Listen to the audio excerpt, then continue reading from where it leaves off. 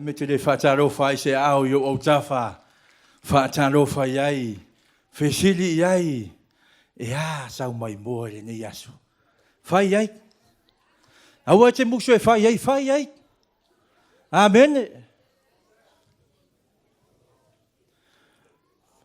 Toi whaasanga le si au tafa whai ai.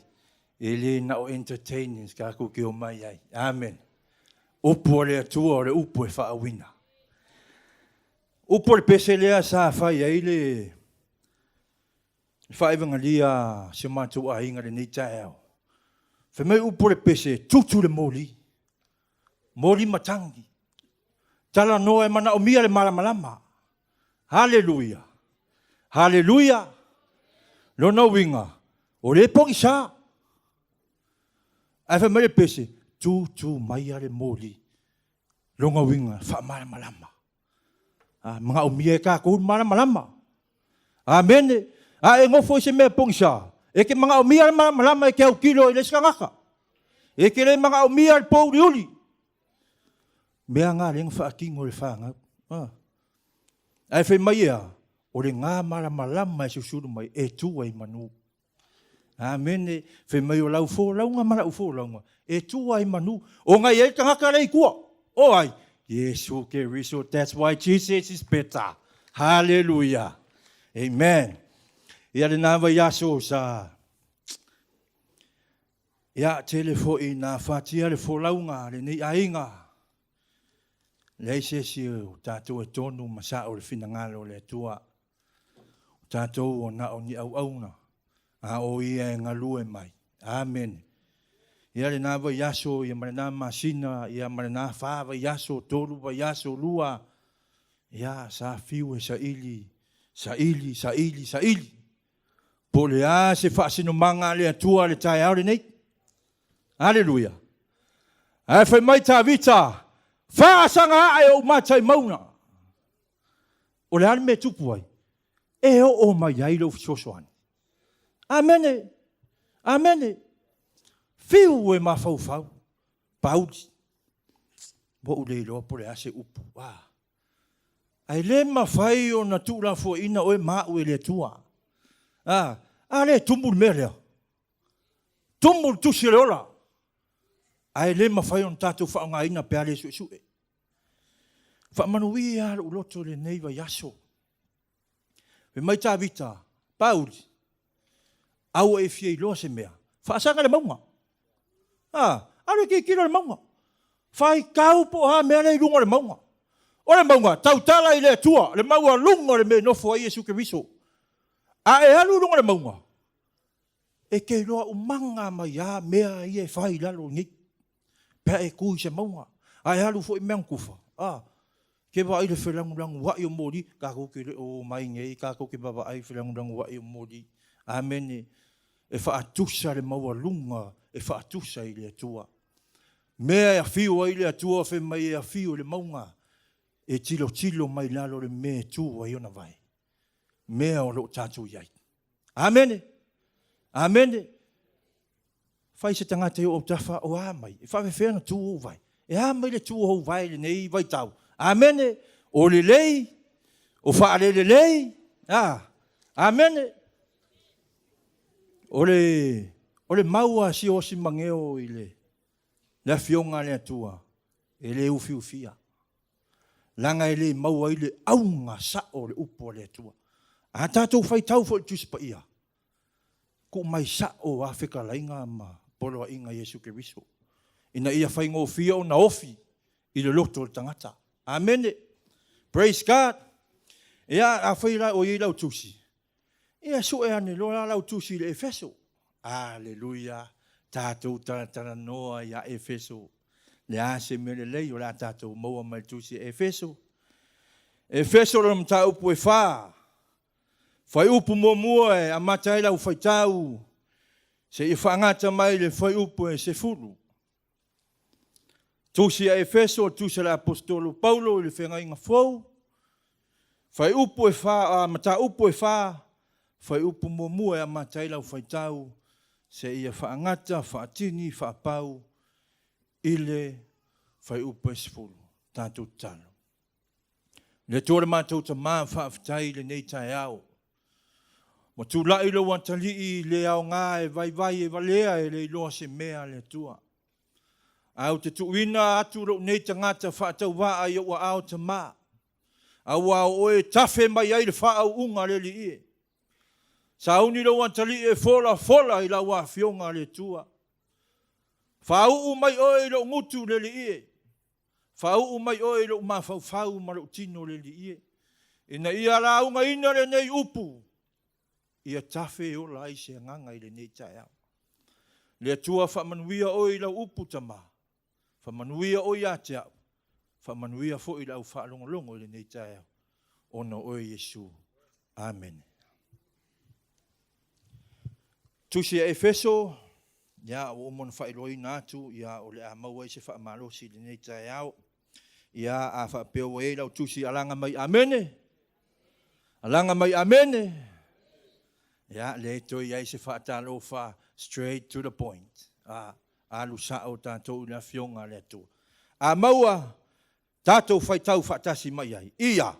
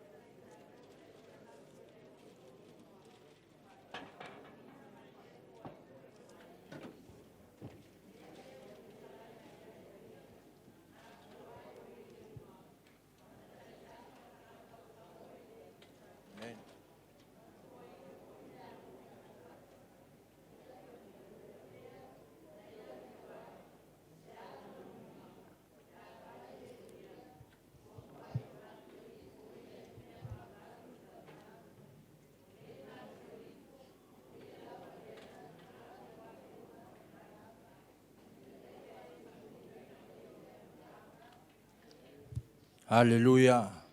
Ave sau pati e te whamanui ai la fionga le tua le nei fia, le nei tai au.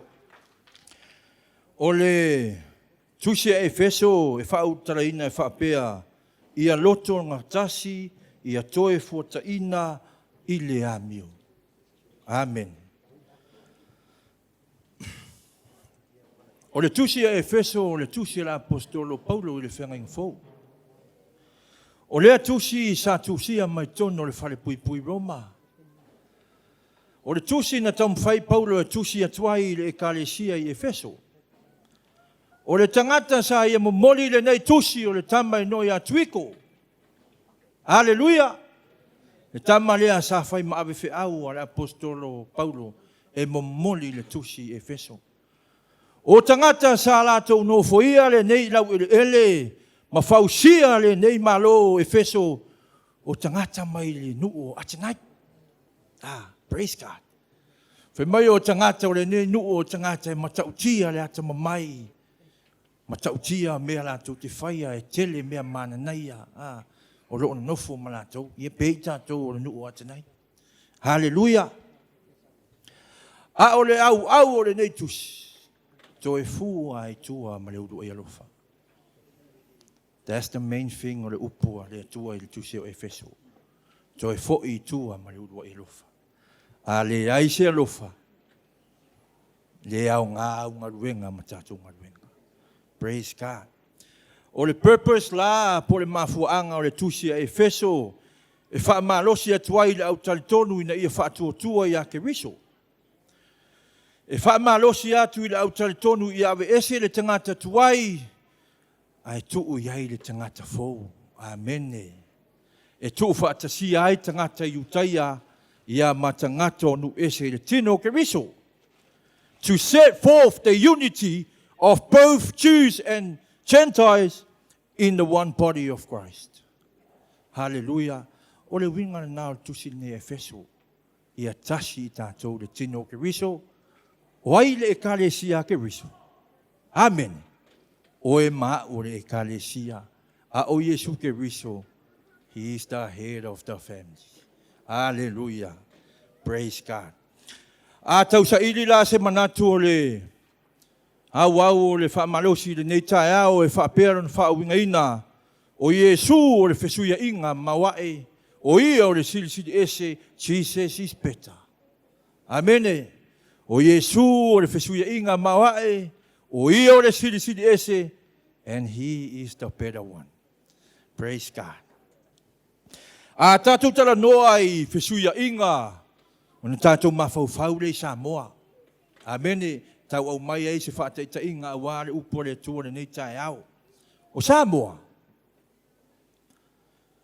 Tātou whiola ma tātou tupuae. Sa tātou waai ia whaataita inga o tono reo. No. Sa uola e fore mātou nu. E iei a inga e lima malosi. E iei a inga e lima vai. Amene. O a inga lima vai. E tau wemu i ai le tele o tangata o le mātou awhioanga. Ai se a, le tango lima le aise ta mau a inga. A o a inga e, tele le oa, whamanui e ina ai le tua, tele le sosia, whamanui anga. Ua le mawhai o na o e whesosoani a inga vai ia. Ua manatu wifo lava, o la toua i le pawa o mea umu. Ai ei le taime ei ei le whesuia inga le atua. Amene. O nei aso. Ua le o tui whapena. O a inga sai i lele. Ua nofo i runga i. A o a inga sai i. A le ua i lalo i. Langa o tala tuspa ia. E whaea ina e le atua mea vai. Ai whaifo e le atua mea malusi. Amene. O se whaetaita inga le nao le whesuia inga le tua. E le ngate na o tono tātou e kalesia. Amene. Amene. Le upo le tua e alwa tsa o le upo le tua. Hallelujah. Tono o tātou e kalesia. Ia afa peo oe wale leila u launga. Amene. O oe tele o tofi tono le kalesia. E iai ale amu. Amene. E iai ale fai. E iai ale ufatu ese lesi o uso tangata. Ai whai mai a, o tangata ia e te whaatu ese iai. A leo o mai e, whai ma apostolo. Perofeta le upu. Whai a onga le upu. A oa o tangata, au mai anganga. Amene. Nanga e le mau ai pea sesi le mea lea. E le taime sifi e le tua me uma. Amene. Au mai e le tua le mea vai whaatu. Ai kako mai kako le amu whapenge i maka. E ai le whesuia inga le atua. Wai le ai lava se sili wana o Yesu Keriso. Praise God. Whesuia inga maha ele na le atua lea sa e mata ele nei tai au le whaatino ino o le tala le whanau. Langa o mea le tupu leo langa. Mea le tupu le matou vai taimile nei. A whai atu matua le whanau furitua. Wheato mea. Tali le upu. Le ava. Hallelujah. No one's perfect. I'm telling you this. Me ai masesio ako koa. Fatino ino foi o lesi pat. Me tupu tono ngari. Matou. Ele taimi matou te ai na ai mamisa. Amene. Au nai lo ai le kerisiano malosi. Praise God. Hallelujah. Tama talavou, ma le teine talavou. Whai o tō whaiwa manaia. Tau sisi le upo le tua. Hallelujah. O le upo e ola ai, le lua ungari, o le upo e ola ai le tamā, o le upo e ola ai le tina, o le upo e ola. Nenga whai mai se ia se muntafa last week. E leo koe whangare spungi e sasa ai. Amene. Whaongare upo le tua. Praise God, tātou, o le upu ale atua. O awhi tā ma whaingata, e te sulu ai. E te leto e sulu i se mea malo, e te leto e sulu i se mea maai, e te leto e sulu i se si tangata, o rau laku leska ngaka. E ese fo i mea au mai e ki oi. Amen. Ese fo i mea mai e ki oi. Langa fo ngaka la e alu, e le kongu fo ia. Amen. E le kongu fo ia. O le sau ala lainga lea. Le muri mai ai i. E ke lau iloa. Pau leo le mea kaku ki oi. Upu ale atua. Praise God. A e fia maua se sosoani. A wa to tele o tatu whawhenga inga. O i la tōwi e au mai ei. Le whautuanga. E whautua i o tatu ainga. Praise you, Jesus. Hallelujah. O le whesuia inga le nao. Na whesuia inga i le atua mea uma. Sila fo i tātou ia Jesu Keriso. I le whenga inga tuai. Pakoa mention lava le ngō Jesu Keriso ina ua amata le whenga inga fo. Sa ia Jesu la matanga. Ke wako whaapea u whai aku whakoa sau Jesu. Lei, sa ia Jesu malkenese. Amen. Amen. Afe meia, whakoa mention a Jesu ina ua amata le whenga inga fo. Aisea, o ngai loa le tua, e ai le taimi e whao ngā le tama e mo e ma. E le taimi ea, e tau o le tama leo ono tatu wangsala. Praise God. Ai fia malama. Ke nese mo mua whai upo duas furuano na e whai tau le iai. Ngai whai mai, o mai ia, i nā tātou whaia le tangata, ea, i lo tātou whaatusa. Ai whai tau e whai mai, o mai, longa winga, ngai plural. E leo singular le whai mainga o tispa ia. Longa winga a plural. E le ngat ko kasi ngaka. Longa winga e lua le koru. O whetalenga ngā le tua sa whai no nalo. Male nganga pa ia o i la tau ia na whai e o mai ea. Whai a le tangata i lo tātou whaatusa. Amen. Amen. Praise God. Praise God. Mea ngang kako i loai. E le iso ngā whai e le kua se mea. Ngā whai e le kua mea i longa malama. Ngā whai e le kua mea i longa amio kongu. Ngā whai e le kua mea i longa whaamaongi. A wai iai i ale kaimi e au ngāi. A lea ngā o ngāi whenga ngā tuai. Sama liu mo e maha. Ave sau pate whaamaurunga rive inga o le tua. Praise God. Ia o le whesuia inga le tua. Mare sili ese o le tua. Le aia ma se sili atu. Amen. Whemai na ua mahea le sami ula. Ai o mai le nuu. Ai ea mai lunga i le mea ta o suria. Le ilewa ngā halu whai mamalanga e whemai tau atu le vai. Amen. Whemai o aku le ngu e tofu le vai. Onga. E ma se fia inu ai. Le ai ma se mea ngā whai le ngu pe whaatonga atu i le tua. Pe ai oi atu i le tua. Pe ole atu i le tua. Amen. Ngā whai asko ingo mose. Ai anga lue ngā mose. Ka kalo i le ali i mose. Le whaatua fi nau o le tui ino mose le mawai. Alleluia. Whemai ngā ka kalo mose whemai le tua. Le la au lea. Kango la au lea kongi le vai. Kongi o la au le vai maa ngalo whemai wheng. La au o le ato sa tauro. Amen. Come on church. Le ato sa tauro nana whaasino me le tua. E velo i le vai. Ina ia mangalo, o le ato wha mangalo ino ang sala. Hallelujah, hallelujah, hallelujah. Wako wa ai wa venga ma mea mawa e whai e le kua. Le ngei laha au e whai mai, kongi vai. E kongi ako e mangalo e whai ngorong. Amen. Le ato sa tauro ma le ato wha mangalo ino ang sala. Lea, le vai lea. Ai whai mai whai inu le nu e mali lie i le anga le leio Jesu Keriso. Praise you Jesus. Hallelujah, hallelujah. Hallelujah. Whemai fo i le whesuia inga e le atua e na ua whesuia inga e le to ino Nikotemo. O Nikotemo le whaipule o Iutaia. Ia o ia fo i le whalsei pauare le whalsei o au ngāru ia Jesu e le mga o au ki kilo mai ka ngaka lai alu ia Jesu. Vai ai. Ai whai mai e angi le matangi le me ngoto iai ai te rei loa le mena sauai. Ai whawhetai a Nikotemo Ngao nai loa le sili ese ma le matau tio Yesu Keriso. Praise God. Hewa ia ngito, ia niko te mo le tangata, ia na wa e sila fia. Ai whaafetai na ia ile teimi na fesu ia ia le tuara na roto. A wae le mawhai, o tangata le nsu ia ia ile roto o sili ese ale o meo. O Yesu Keriso. Ave sau pate whamorunga ribe inga o le tua. Mea na e ao ai o na manongi Yesu ia te oe maa. Hallelujah. Te tau o na tātou la ngona le manongi o Yesu Keriso. Tele o tātou e whaawinga se le upu manongi. Ia wai tele to inga manongi.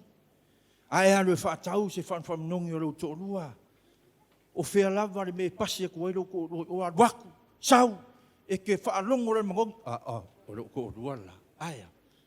O ke role lei ale mangongi. Amene. Amene. A kuka fo e vili amu sa pasui e ke rako e ke roa. Sa pasui e ko ingo tamu. Ai. Hallelujah. Hallelujah. O le manongi o le atua le tala noa mai le tusilea. O le manongi e le tea e se maoe. Hallelujah. O le manongi e te moe ai. O le manongi e te ai ai. O le manongi e te savali ai. O le manongi e ufi ai. O le manongi a te lua o whaatasi. A e tāpatapa ma e utuhutu le manongi lea. Le ai se mea e mawhai o na sātia o e se mea te alwai. Hallelujah. Le manongi o Yesu Keriso o le manongi silsili. O le manongi e peta. Mea la ngai peta e tamare o Yesu Keriso. Wai le ai a masesi e sili atu lo Yesu Keriso. Hallelujah. Hallelujah. Pe o kele e anga me e whamakala ai le fesuia inga Yesu Keriso. Hallelujah. Mea nai whai mai ia Isaia. E iai lava le taimi e momomo ai le tamare. E iai fo i le taimi a tui e le tamare. Amen. Langa ino le lei e le atua. E iai le kaimi e kau emu ai ka kou kamarea. E fo i le kaimi e feako e ka ngaka makau ai kamarea. Amen. Ai ngalo ia te tātou. O le tamalea. Na tātou loa i le whaarutanga. Praise you, Jesus. Hallelujah. Hallelujah. Ia tātou o le tusi le nei tai au. Tātou o tātou tātanoa ia o ke vai ako leo wā. Wa ke al ke mea le ngau fo yako le mako ai ngau kele ko mea mo fia kala ngoa le upo le di awala i kiki le kai. Iyo.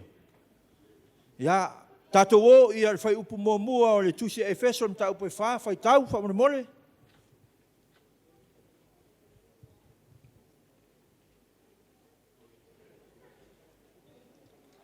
Fa mole li au mai la tusi pa ia e te wai o au tafa. Na au mai la tusi pa ia e fai tau.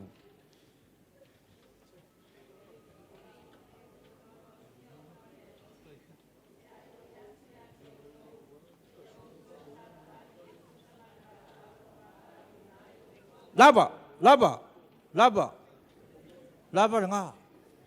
nga. Ole nei. Noa tia. Hallelujah. Hallelujah.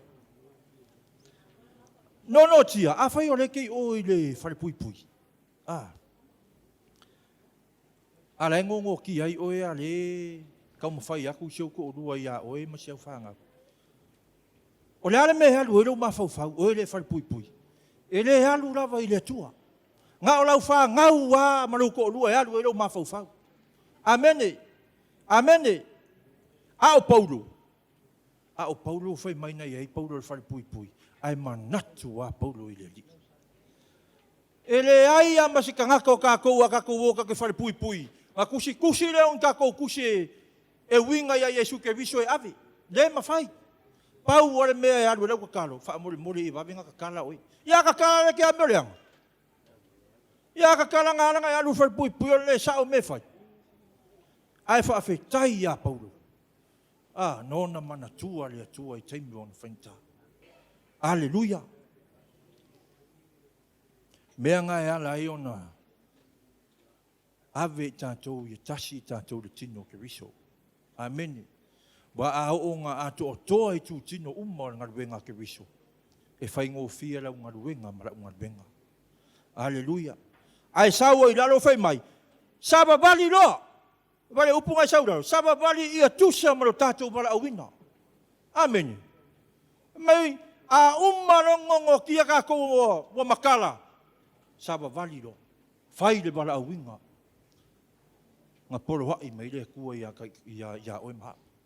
Haleluya. Haleluya. Ko e sawa i lalo i ngafe mai. Ia faa pale i le tasi, i le alofa, i a loto maualalo. Beba ai mea ngai kau mai ngai Paulo. Mea ngai kau fai Paulo e fai. Ma kau ma fai Paulo ia maua ia le loko maualalo, maua ia le faa pale.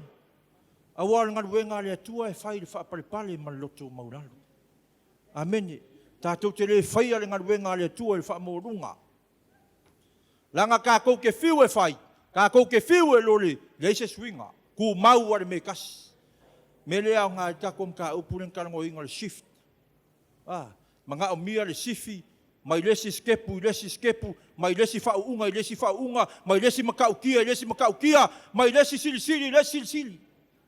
Aleluia! Mea ngā le mga o ile kua, awang ikako ku mau se me kasi. Ia mawhai makako move on. Aleluia! Ia kako move, awang ikako ku mau se me kasi. Praise you, Jesus. Ai sau i laro i ngafe mai ia tau mawhai o tou ona tā ofi o loto ngatasi i la le anganga i le noatanga ma le fi le mu. Aleluia. Upu mana ia nai whai mai ngā o le noatanga. Noatanga o le fi le mu. A e kango e ngongoa se mea. A e kango e ngongoa e ke mga o e ngongoa i a mau i a awang i koe malu e lue. Aleluia. A e kango e ngongoa e ke le whapea e kango nge ngongoa lo ie. E ke mga o ngongoa e ke mga o e wawenga makala le ai. E ke mga o ia ngongoa. Ia mau salima, ia mau tu. Aleluia. O le ngongoa ngā le mga o ai ia. Whamalosi le nei tai au. No tia vaenga umoro tino. Ona o le tino ke riso. No tanga. Ai whai mai a. Le upungai muri mai ai. Fai mea uma i le fi le mu. So se e ka le sia, so se a inga e mana o mia e tātou le fi le mu e fai e mea uma. A le ai se fi le mu i kongo le ka le sia. Ma le pelepe mu mea, le anga mea. Fiwa koe fai se mea le ise mea koe lei. A le ai se fi le mu i kongo le a inga. Fi vai hai le whanau. Fi vai hai matua. Le koe ai ngisi o ako e whaukua oe. Aleluia. Pea le ai se fi le mu.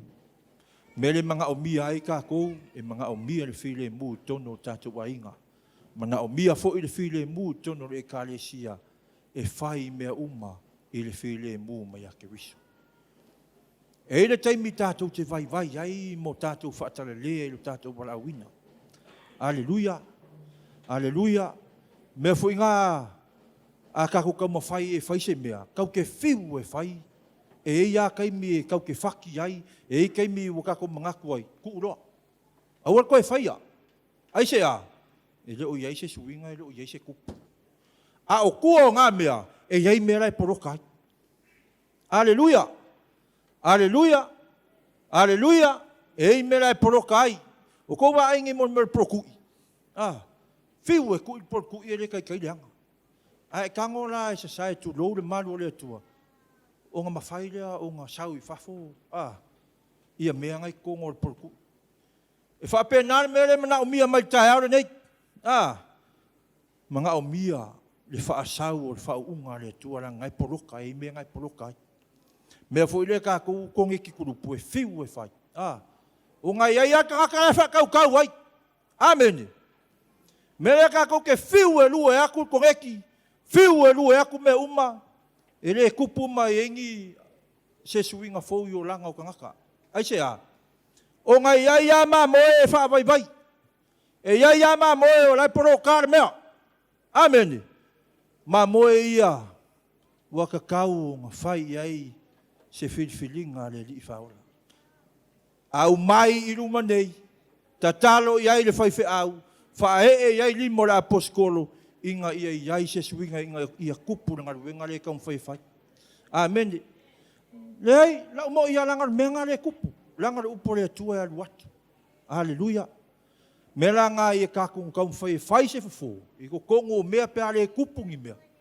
O ngā lai ei mela e porokai. Amen. Ia ngā rau kango kwa sui marie. Sui ele mwhainga sui whainka. Ia sa oi si o si mangeo lua le wha lua. Ia oi. Vavea lua le wha. Amen ai le ai. Tala noa i ai le leio le atua. A whaafai tau na whai, ta talo lau ngaruenga ngā oe kerisiano, ta talo oe ta talo hau, tu watu i ana pongi, o inao le tali o kiu me uma. Haleluia, le fesuia inga mawa e le atua, a wao Yesu Keriso o i o le silsili ese. Haleluia, mena e whai mai ai, whaafetai le poto Solomona o na wha maoni. Mena e au e on tātou whaonga ina le poto le na maua Solomona. Awa tau te whaonga te tau, whaonga i le lei, e vi i ai le suafo Yesu Keriso. Me ai whai mai tā vita, o le lulu saito maloi mata. Amene. La tau te sele fo i mali alanga fifia. Praise God. E whai ngā tā mama tui le ngaruenga o le tai o se mea. Li se mea. Opo mai te tonu le ekalesia. E iai fo ilo mata malingi le nā mea. E tele lava ona e wha maamulu ma e le toi sawa i fo ilo. Ai whai mai tā vita. O e lulu saito maloi mata. La tau te maua le alanga fia. Praise God. Ore upuna le atua le nei tai au. Ave sau pati. Fe tau i le lei mara utaini. Aleluia. Upuna le atua. Tau ina o se fatu e paui se ele tupu maola. A o ngā whaafetai e vi i ai le atua. A lea o ngā aua e te popole ai tuu le lei o tafa. Aleluia. Le atua le mātou tamā whaafetai le nei a tai au. Whaafetai fo i le mea whaingaruenga sa e au mai o te whaonga ina e fola ai lau a whionga pa ia tamā. A wao lau upu o le suru le i o mātou tangata o le malama i o mātou wala le li. Ia tau ina i alofa o e tamā e whesiliane. Whai atu iai lo wanganga pa ia. Whaatino e oe lau upu le li e wha malama i loto manganga o tangata le li. Ina ia i loa le winga moni o lau whi au i le nei tai au tamā. Whaatumu oe le li e. Whaamanuia oe le nei sauninga. Whamanuia i lau upu, i alu marimana i le nei taia. O no Yesu. Amen. Tu atu lau noi.